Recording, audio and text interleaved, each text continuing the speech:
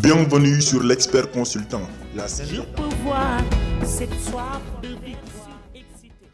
Bonsoir chers internautes et chers amis abonnés et bienvenue sur l'Expert Consultant, la chaîne des temps forts, la chaîne qui vous donne toutes les informations du foot. Dal leen ak jàmm ci Expert Consultant, chaîne bi nga xamante ni moo leen di jox bépp information ci wàllum football, surtout concernant suñu gaynde yi nga xamante ni ñoom ñooy évoluer fële ca grand championnat yi nekk fële ca bitim réew. Félicitations Edouard Mendy, encore une fois, il a été exceptionnel. Et du courage, Alfred Gomis, il a fait quelques bons arrêts, mais malheureusement pour lui et le club français, c'était pas leur jour de sens. Oui, félicitations Edouard Mendy, bi mooy 5e clean sheetam, 5 matchs consécutifs sans encaisser de but. Une première fois depuis 2010 que les Blues de Chelsea n'ont pas enchaîné de telles performances, surtout au niveau de leur défense, et c'est grâce au gardien sénégalais Edouard Mendy. Donc félicitations Edouard Mendy.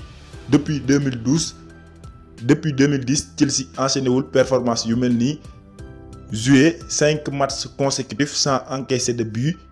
Kon gàcce ngalaama gaynde Sénégal gii di Edouard Mendy.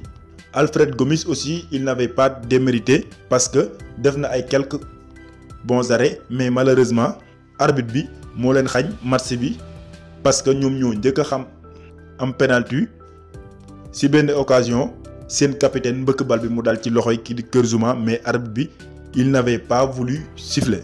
Kon arbitre bi da ko aveugle et quelques minutes plus tard Dalbert a fait une faute dans la surface d'Alfred Gomis, et le portier rennais, il a même touché la frappe de Timo Werner. Alfred Gomis def na lépp li mu mën, mais malheureusement tiiru Timo Werner bi il était trop puissant, dafa fort trop moo tax mujj koo capté. Le malheureux d'Albert commet encore une fois une faute de main dans la surface. Alfred Gomis encaissé waat deuxième but. Cette fois-ci nag joueur allemand bi dafa dóor bu baax ci bal bi ndax xam na ni premier tir bi Alfred daf koo topp ba jeex, mais dans la seconde période Alfred a sauvé 2 fois le club français, mais défense ren bi dafa doon senn. Finalement mu encaissé 3e but, mais terewul sauvé na équipe am quelques fois. Donc en gros c'était ça, mais encore une fois félicitations au portier sénégalais Edouard Mendy qui enchaîne depuis son arrivée de belles performances, des performances exceptionnelles. 5 matchs sans encaisser de but avec des arrêts décisifs à chaque match. Chaque match mu def ay arrêts yu décisifs. Tey jii à la demi-heure de jeu def na benn arrêt bu décisif bu permettre équipe bu Franck Lampard mu remettre les pendules à l'heure ci benn centre en retrait.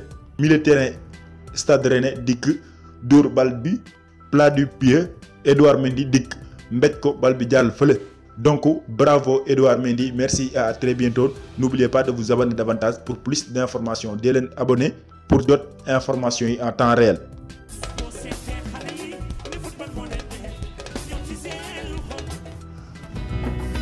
Je peux voir cette soif de victoire.